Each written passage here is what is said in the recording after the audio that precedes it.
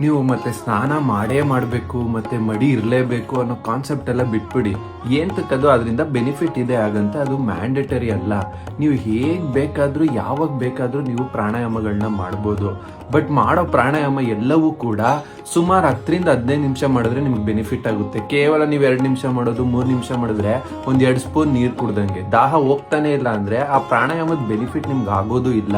ಪೀಸ್ಫುಲ್ನೆಸ್ಸು ಅಥವಾ ನಿಮ್ಮ ಲೈಫಲ್ಲಿ ಚೇಂಜಸ್ಸು ಏನೂ ಕಾಣಿಸ್ತಿರಲ್ಲ. ಕೇವಲ ಕಾರಣ ನೀವು 2-3 ಮಿನಿಟ್ಸ್ ಮಾಡೋದ್ರಿಂದ.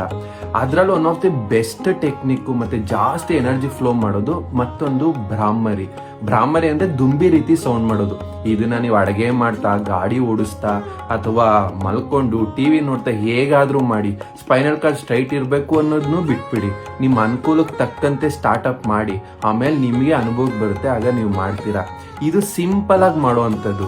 ದೀರ್ಘವಾದ ಉಸಿರನ್ನು ತಗೊಂಡು ಉಸಿರು ಬಿಡ್ತಾ ಮಕಾರ ಹೇಳೋದು.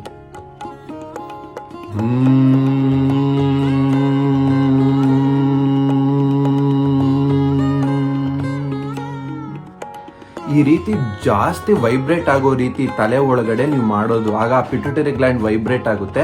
ಸೊ ಎನರ್ಜಿ ಫ್ಲೋಯಿಂಗ್ ಶುರು ಆಗುತ್ತೆ. ಆದಷ್ಟು ಎಷ್ಟು ಜೋರಾಗುತ್ತೋ ಹೇಳ್ಬೋದು. ಸುತ್ತಮುತ್ತ ನೀವು ಅನುಕೂಲ ನೋಡಿಕೊಂಡು